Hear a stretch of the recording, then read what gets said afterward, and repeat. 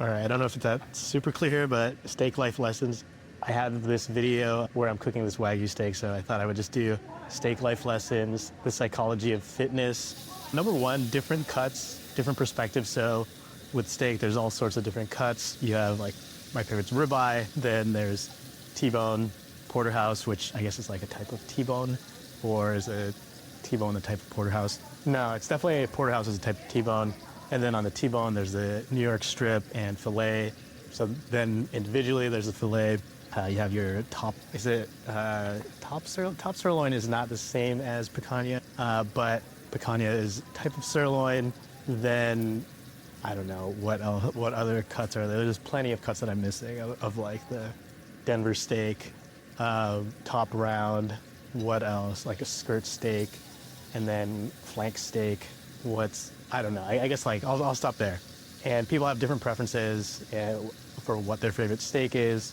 So I remember, growing up, like, oh yeah, filet mignon is like so refined that, and I was thinking like, oh, that's the best one. Then you watch enough, I guess, like cooking shows, and then you hear, actual chefs saying like, oh yeah, no, there's no flavor in that. You want something meatier, so go for the sirloin. And then for me, I just like ribeye because actually part of it is that it's just very forgiving.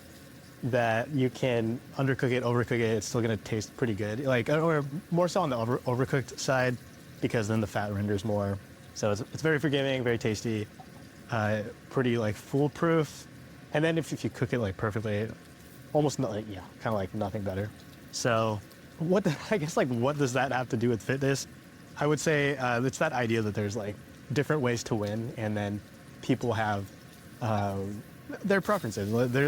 There's not really like right or wrong. Some people do like filet for how tender it is, and that's their favorite. Some people like sirloin, even though it's a little bit tougher, just because it has like that meatier flavor. And I guess I'm like talking about meat again, but I wanted to talk about fitness. But yeah, there's the different types of diets that people do. And then it can seem crazy to other people that you wouldn't do it this way or that way, that like, oh, keto can get you like really fast results. But then it's very hard to stick to in the long term, especially if you just like really enjoy carb dishes, or something like carnivore, which I haven't tried, or like paleo seems to, I don't know. Yeah, there's just going to be different preferences, and there's no right answer. And there's, again, like a lot of ways to win when it comes to fitness. I guess I'm like still talking about food. On the workout side, you have like, I don't know, powerlifting, bodybuilding approaches, doing like big compound movements. So starting with like a 5x5 program. I have kettlebells around here, so you can use kettlebells, just running, any sort of like focus on the cardio, or getting your cardio in through sport.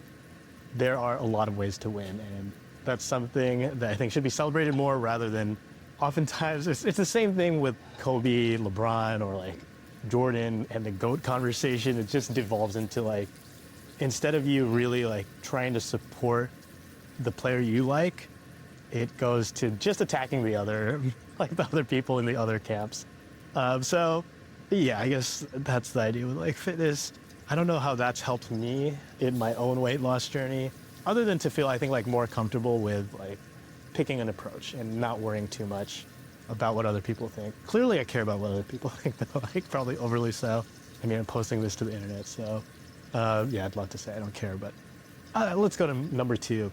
So you can, again, with the different approaches for steak, so you can do just like pan fry it, so you're searing it and then cooking it in the pan and then flipping over and over and over, or you can sear it and then bake it in the oven. Maybe you would call it like roast in the oven. Or you can do, reverse sear, so then you bring it up to temperature in the oven and then sear it. Or sous vide, which is like similar, you're bringing it to temperature and then you sear it in some way.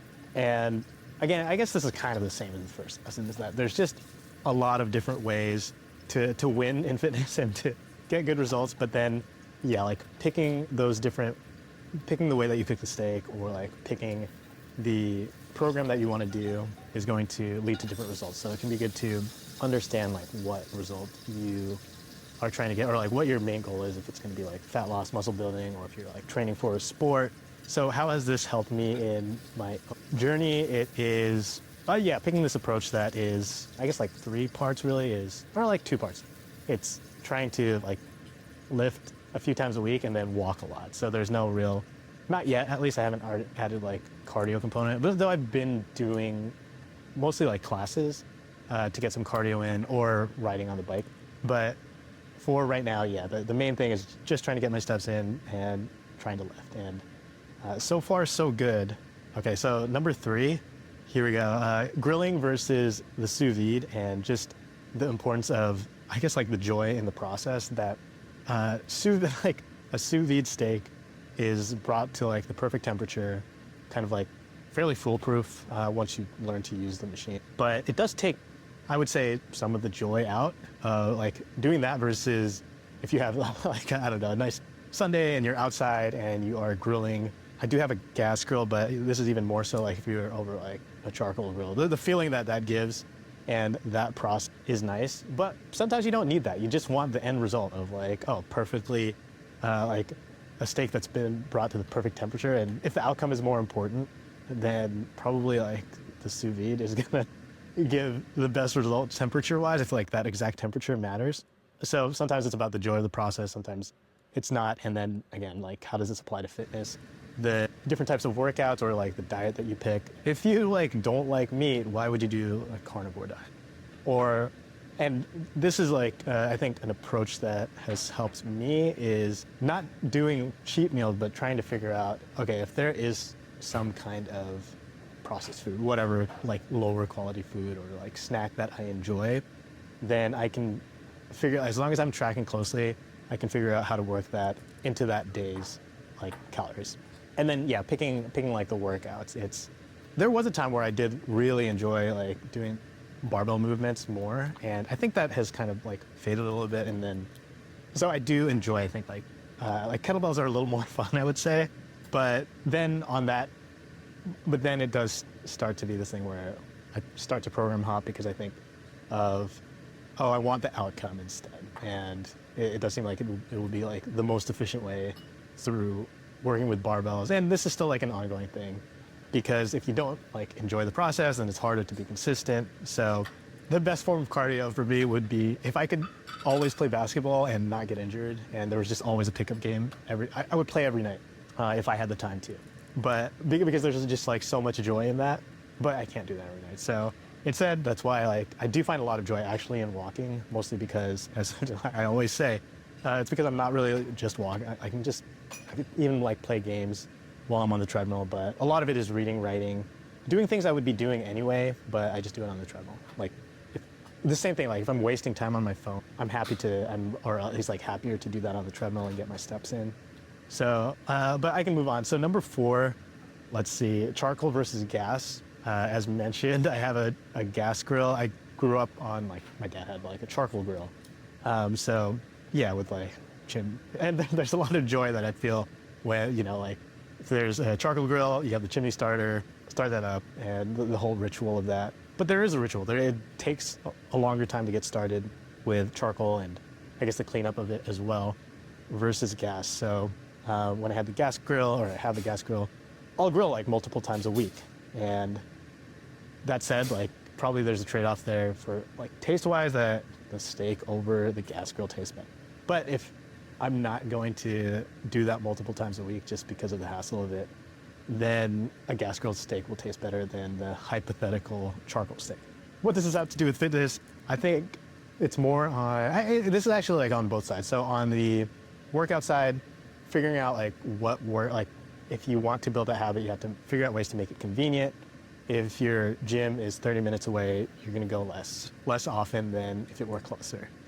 For me, luckily I do have the home gym, so it's right there. It's very convenient, and still I find excuses not to come in here. So I guess that's 10 minutes, but I'll keep going, yeah. So then on the nutrition side, convenience beats pretty much everything. And that is one of the reasons that like it's so hard to stop snacking if you keep the snacks in the house is they're built for convenience. And the only way really like I've been able to fight that, I would say, is to make sure that the better choices are available and as convenient as the snacks. So it can be the difference between like, you can cook up like a few eggs in 3-5 minutes, whatever. Very quick, but it's not quicker than opening a snack. So Like the difference between 5 seconds to start eating chips and then 1 minute to microwave something healthy or something like that.